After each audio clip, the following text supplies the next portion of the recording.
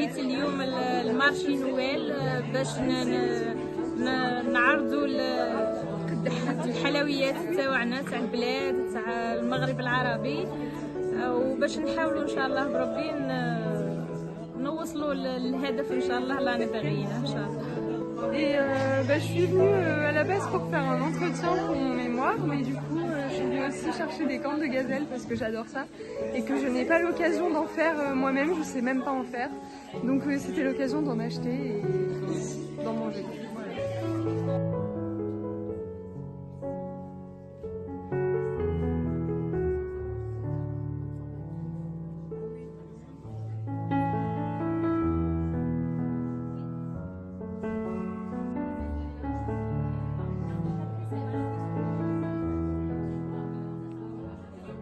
Je suis entrepreneuse de produits d'entretien maison, concentrés, écologiques et biodégradables.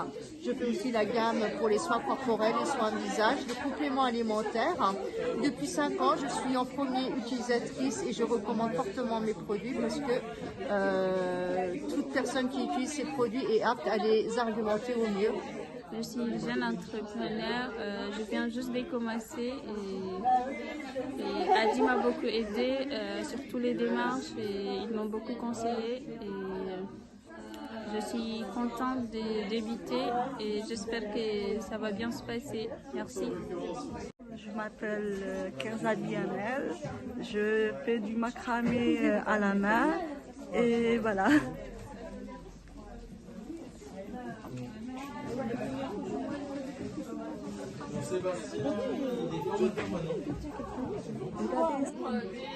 De l'espace Mirabeau, ce qui nous a permis du coup gratuitement parce que trop de personnes aujourd'hui n'ont pas la capacité d'entreprendre. L'ADI permet à plus de 450 créateurs et entrepreneurs de créer leur entreprise chaque année sur la région centre. Grâce à un microcrédit accompagné de 15 000 € maximum et grâce à son équipe de salariés et de bénévoles présente sur l'ensemble du territoire. Et aujourd'hui, pourquoi nous organisons le marché de Noël des créatrices à l'espace Mirabeau à Blois? Parce que trop peu de femmes osent aujourd'hui entreprendre dans les quartiers politiques de la ville à Blois. Et nous aujourd'hui, on souhaite du coup par des exemples concrets pouvoir lever ses freins à la création.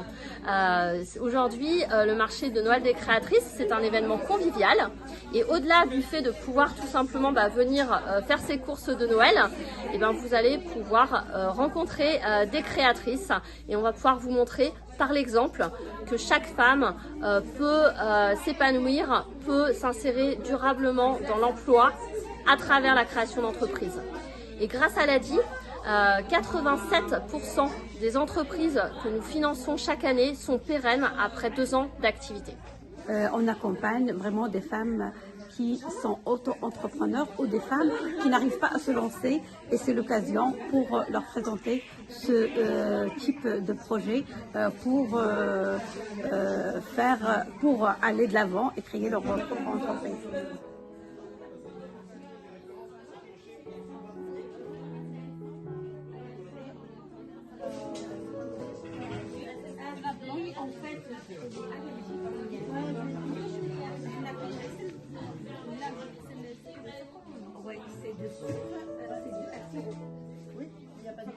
Je vais vous parler plus spécifiquement de l'entrepreneuriat des femmes, puisque vous êtes ici sur le marché des créatrices à Blois.